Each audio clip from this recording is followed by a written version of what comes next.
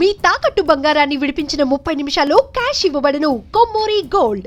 Suman TV ప్రేక్షకులకు నమస్కారం. ప్రస్తుతం మనతో పాటు ఉన్నారు ఆచార్య కాకునూరి సూర్యనారాయణ మూర్తి గారు. వారితో మాట్లాడదాం. శ్రావణ మాసం కదండి, ఎంతో భక్తి శ్రద్ధలతో వరలక్ష్మి వ్రతాలు, సోమవారాలు ఇలా అన్నీ చేసుకుందాం అనుకుంటున్నా. కానీ దాని గురించి పూర్తిగా తెలుసుకొని చేస్తే చాలా బాగుంటుంది కదా. గురుగారి మాటలు. గురుగారు నమస్కారం. గురుగారు నమస్కారం అమ్మాయి. చాలా ధన్యవాదాలు గురుగారు. మీ విలువైన సమయాన్ని మా కోసం, మా ప్రేక్షకుల కేటాయిస్తున్నందుకు చాలా చాలా ధన్యవాదాలు గురుగారు. మరి మీ సమయాన్ని నేనైతే వేస్ట్ చేయదలుచుకోలే గురుగారు.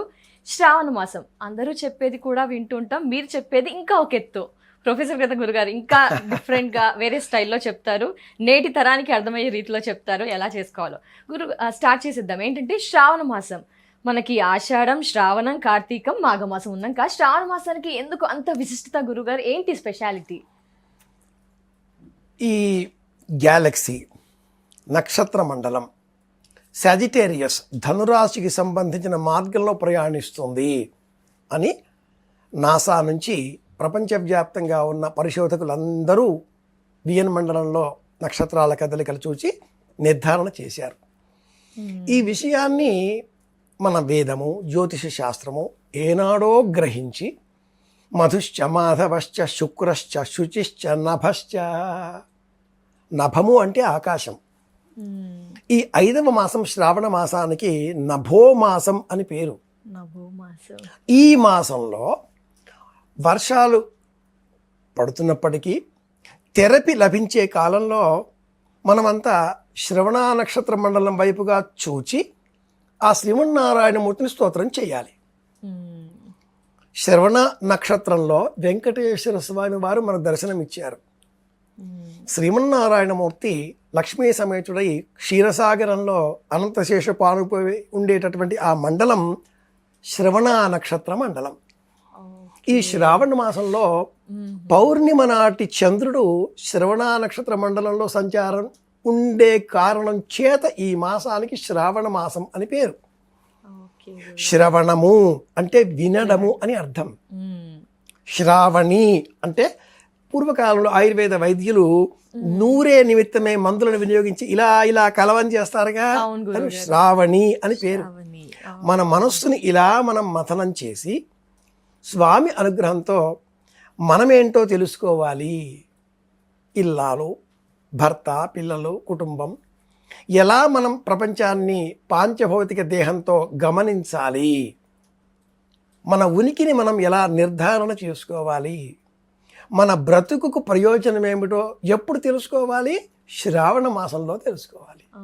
అందుకే ఈ శ్రావణ మాసాన్ని మన వాళ్ళు 1 పండుగల మాసం అన్నారు, 2 నియమాల మాసం అన్నారు, 3 ఈ మాసం అంతా కూడా ఎన్నో వ్రతాలు, నోములు, పూజలు అన్నీ ఈ మాసానికే పెట్టేశారు. ఇవన్నీ ఒక ఎత్తు. ఇందాక మనం జ్యోతిషపరమైన విశ్లేషణతో ఆరంభం చేశాం కదా. అళి రవి అంటూ కొన్ని శ్లోకాలన్నీ కూడా ఇందులో వస్తాయి. ఈ మాసంలో ఇంకొక ప్రత్యేకత సర్ప ఆరాధన. మానవ జీవనం సర్పాలతో ముడిపడి ఉంటుంది.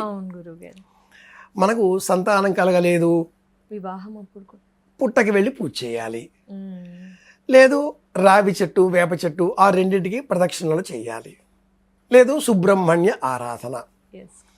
వీటన్నింటికీ కూడా ఎప్పుడు కాలం? శ్రావణ మాసమే. శ్రావణ మాసంలో ముందుగా శ్రావణ శుద్ధ విధియ ఏమి, ఈ రోజున ఆషాఢ మాసంలో అత్తవారింటికి వెళ్ళిన అమ్మాయి, నూతన వధువు తన ఇంటికి వచ్చేయాలి. సూర్య సంచారం కర్కాటక రాశిలో ఉండే కాలం ఇది. ఈ కాలంలోనే రావాలి. దానికే చాతుర్మాస్య ద్వితీయ అని పేరు. ఇది ఒక వ్రతం. ఆ వచ్చే అమ్మాయి గసగసాలు, బెల్లం, కొబ్బరి కూర ఈ 3టితో చేసిన లడ్డూలు తీసుకురావాలి, భర్తకు ప్రసాదంగా ఇవ్వాలి. ఎవరికి తెలియదు, చెప్తున్నాగా, చాలా మందికి తెలియదు. ఇలా చేసినందువల్ల 1 నెల రోజుల పాటు ఆ అమ్మాయి పుట్టింట్లో ఉంది కదా, ఈ భర్తకి కాస్త కోపతాపాలు ఏవో ఉంటాయి కదా, అవన్నీ శాంతిస్తాయి. అర్ధనారీశ్వరులాగా, లక్ష్మీనారాయణుల్లాగా భార్యాభర్తల మధ్య అన్యోన్య దాంపత్యానుబంధాన్ని పెంచే వ్రతం చాతుర్మాస్య ద్వితీయ.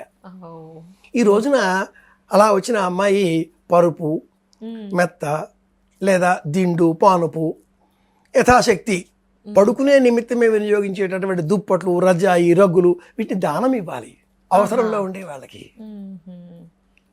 ప్రారంభమే ఇలా దాంపత్యానుబంధాన్ని పెంచే వ్రతంతో కాగా ఇక వరుసగా శ్రావణ పంచమి, నాగుల పంచమి, శ్రావణ షష్ఠి సుబ్రహ్మణ్య ఆరాధన, శ్రావణ సప్తమి సూర్య ఆరాధన, శ్రావణ ఏకాదశి, శ్రావణ పౌర్ణిమ, రక్షాబంధనం ఇతరులతో వచ్చేవి. అయితే వారాలతో వచ్చేవి కూడా ఉన్నాయి అమ్మాయి, తెలుసా? ఒకటి శ్రావణ సోమవారం వ్రతం, శివారాధన, శ్రావణ మంగళవారం కొత్తగా పెళ్ళైన అమ్మాయి మంగళగౌరి వ్రతం చేసుకుంటుంది. శ్రావణ శుక్రవారాలు వరలక్ష్మి వ్రతం కూడా అందులో హైలైట్ కదా. అలా కాకుండా శ్రావణ శనివారాలు వెంకటేశ్వర దీపారాధన. మొత్తం మీద అసలు శ్రావణ మాసం అంటేనే వ్రతాల మాసం, నోముల మాసం, పూజల మాసం, శనగల మాసం అని చెప్పాలి. ప్రతి ఇంట్లో కూడా నానబెట్టిన శనగలు ఉంటాయిగా. కాబట్టి ఈ వ్రతం, ఈ మాసం ఎందుకు అంటే ఖగోళ విజ్ఞానాన్ని అనుసరించి వాతావరణ పరిస్థితులు కూడా ఈ నెలలోనే మారిపోతాయి. పేరుకి ఇది వర్ష ఋతువు కాదు, గ్రీష్మ ఋతువు దాటి వర్ష ఋతువులోకి వచ్చేసాం. ఆషాఢ మాసంతో అయిపోవడంతో గ్రీష్మ ఋతువు అయిపోయింది, వర్షాలు భయంకరంగా ఆరంభం అవుతూ ఉంటాయి. దాంతో వర్ష ఋతువు, వర్షాకాలం. నిన్నటి దాకా బాగా ఎండలు మండిపోయి ఇప్పుడు ఒక్కసారిగా వర్షాలు విరివిగా కురుస్తూ ఉండడంతో మనలో కొత్త వ్యాధులేవి కూడా రాకుండా ఆహార పదార్థాలు తీసుకునే నియమావళిని అనుసరిస్తూ చాతుర్మాస్య వ్రతాలు పాటిస్తూ చెప్పులు వేసుకోకూడదు, నూనె, నెయ్యి ఇలా కొన్ని పదార్థాలు తినకూడదు, అలా చాలా పదార్థాలు తినకూడదు అనమాట. తింటే ఏమవుతుందో కొత్త వ్యాధులు వస్తాయి. పదార్థాలను తీసుకోవడంతో మన శరీరంలో శక్తి మారుతుందిగా. శక్తి అంటే అమ్మవారు, పురుషకారం కనిపించేది. ఇలా అన్ని విషయాలు ఇంటర్లింక్డ్గా మారి ఒకదాంతో మరి ఒకటి అనుబంధంగా ఉన్న కారణం చేత ఈ మాసాన్ని నియమాల మాసము అన్నారు. ఈ మాసంలో చాలా మంది ఇంగువ ఆహారంగా తినరు, తీసుకోకూడదు. ఉప్పు, నూనె, కారం వీటితో చేసిన పదార్థాలు తక్కువగా తినాలి. ఒక్క పండగ రోజు మినహాయించి మిగతా రోజుల్లో తినకపోవడం మంచిది. మరికొంతమంది పాదరక్షలు ధరించరు, చెప్పులు వేసుకోకుండా ఉంటారు. అరికాలిలో మన ఆక్యుపెంచర్ అంటారు కదా, ఈ మాసమే మనకు వేడిని పుట్టించే మాసం. అది అవసరం. సైంటిఫిక్ గా ఆలోచన చేస్తే మన వాళ్ళు చెప్పే ప్రతి నియమం వెనకాతల ఒక నియమం, ఒక రూల్ ఉంటుంది. అలాగే నెత్తికి తలంటుకోకూడదు. బాగా చమురు రాచుకొని మనం శుక్రవారము, ఆదివారము అలాగా అంతంతగా అలా చేయకూడదు. అలాగే జుత్తు విరబోసుకోకూడదు అని చెప్తారు తల్లి. పెద్దవాళ్ళం మేము చెప్తూ ఉంటాం, మీ పిల్లలు అలాగా అంటారు, ఇలాగే కనిపిస్తూ ఉంటారు. జుత్తు విరబోసుకోకూడదు. ఎవరైనా అంతం చేద్దామనే వాళ్ళు జుత్తు విరబోసుకుంటూ ఉంటారు. ఇలాంటివన్నీ అంతేగా ద్రౌపది అవన్నీ చెప్తూ ఉంటాం కదా కథలు. అలా అన్నమాట. కాబట్టి శ్రావణ మాసం వ్రతాల మాసం, నియమాల మాసం. తెలుసుకొని పాటిద్దాం, అందరి క్షేమాన్ని కోరుదాం. మళ్ళీ కలుసుకుందాం. తప్పకుండా. శ్రీరామ జయం. తప్పకుండా. చాలా చాలా ధన్యవాదాలు గురువు గారు. డిఫరెంట్ గా, యూనిక్ గా, కొత్త రీతిలో మాకు, మా ప్రేక్షకులకు తెలియజేసినందుకు నమస్కారం గురు. కృష్ణార్పణం.